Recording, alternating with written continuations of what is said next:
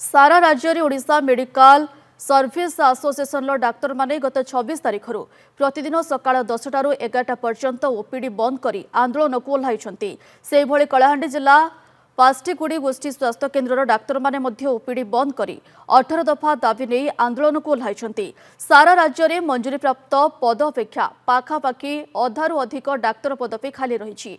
एही पदवी सबू पूरण करने सह अन्यान्य दाबी पाई सरकार निकट में गुहारी कले मध्य सरकार अणदेखा करुछन्ति। तेणु बाध्य होई गत 26 डिसेम्बर अनिर्दिष्ट काल पाई 18 दफा दाबी नहीं आंदोलन जारी रही। आगामी दिन में जदि दाबी पूरण न हुए तेबे जनवरी 5 तारिख 2 घंटा आंदोलन में बसिबा सह अनिर्दिष्ट काल पाई आंदोलन जारी रहिबो बोली चेतावनी दैछन्ति।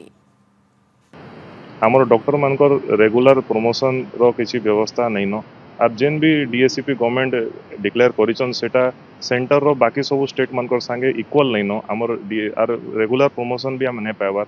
आमर केवीके रे जेन माने डॉक्टर आसुचन से माने सेनु 3 वर्ष की 5 वर्ष पर एग्जिट नहीं ना तांकर होम डिस्ट्रिक्ट की जेन भी ट्रांसफर हेबा लगी सेटा नहीं पाइबार।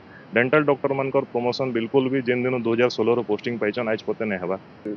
10 ରୁ 11 ओपीडी बंद करूछु आर जनवरी 5 पर आमे 2 घंटा 9 ରୁ 11 ओपीडी बंद करमु आर तारपरे प्रति सप्ताह आमे घंटे लेखा ओपीडी बंद करवाटा इंक्रीज करमु आर आगामी दिन रे हेले आमे मास रेजिग्नेशन भी दे पारू।